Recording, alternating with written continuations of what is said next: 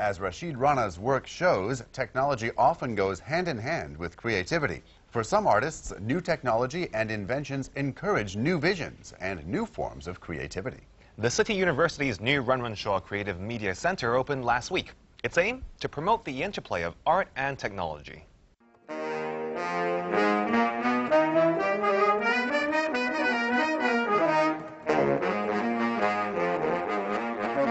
very appreciated play this kind of situation than playing in concert halls, because with noises from town, actually sound and that noise melt with one very nice feeling. Our sound hit to other building and come back sound and hit other building, other building, other building, other building, and the sound become very complicated. That's quite very nice feeling for me. Last Friday, Yasuaki Shimizu and saxophonist were performing at the opening ceremony for the City University of Hong Kong's Shaw Creative Media Center. The center is the new home of the university's School of Creative Media. To celebrate its opening, the School of Creative Media organized a grand opening festival that includes a series of symposia, performances, exhibitions, and screenings. The festival will run until April 2012. The performance by Yasuaki Shimizu as saxophonist was one of the first programs. They're performing actually on the balconies of the building. So this building has balconies on many different levels. So there's one musician on each balcony, all the way up to I think the 8th floor. The idea is that when you approach the building from a distance, you can hear the whole building as a musical instrument, making music, right? Welcoming you to the grand opening. The Creative Media Center is on Ta Hon Avenue in Kowloon Tong. It cost $570 million to build. The 9-storey complex was designed by architect Daniel Libeskind, who in 2003 won the competition to be the master plan architect for the reconstruction of the World Trade Center site in Lower Manhattan. This is a very unique building. It's not imported from somewhere else. It is really rooted, really in this earth, in this crystalline landscape of Hong Kong and of Kowloon.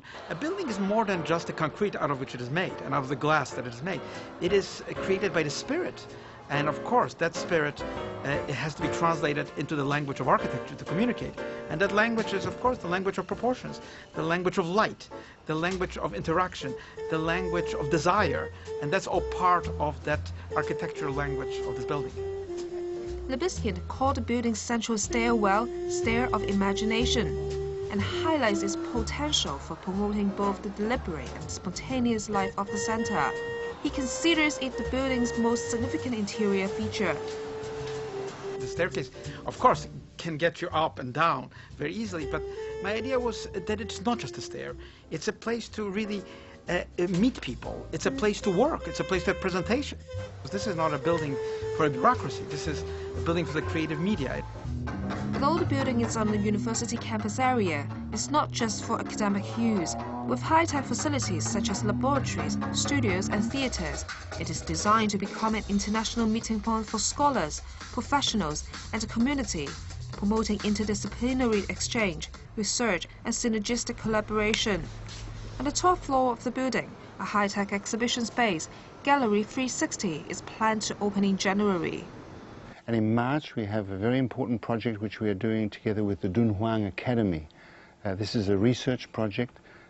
Dunhuang, of course, is the site of these extraordinary Buddhist caves near Xi'an in the Gobi Desert. And what we are doing is basically taking photographic data and 3D models and creating a complete sort of virtual reality experience where you can go into these caves in a virtual world in the 360 degrees 3D environment, but also you can zoom in and look at very fine details, and also certain elements of the painting will be animated. This actually is a long-term project. What we want to do is, again, establish the Shaw Creative Media Center as a great place for Hong Kong public to go and discover new things and to be able to come back again and again and be surprised.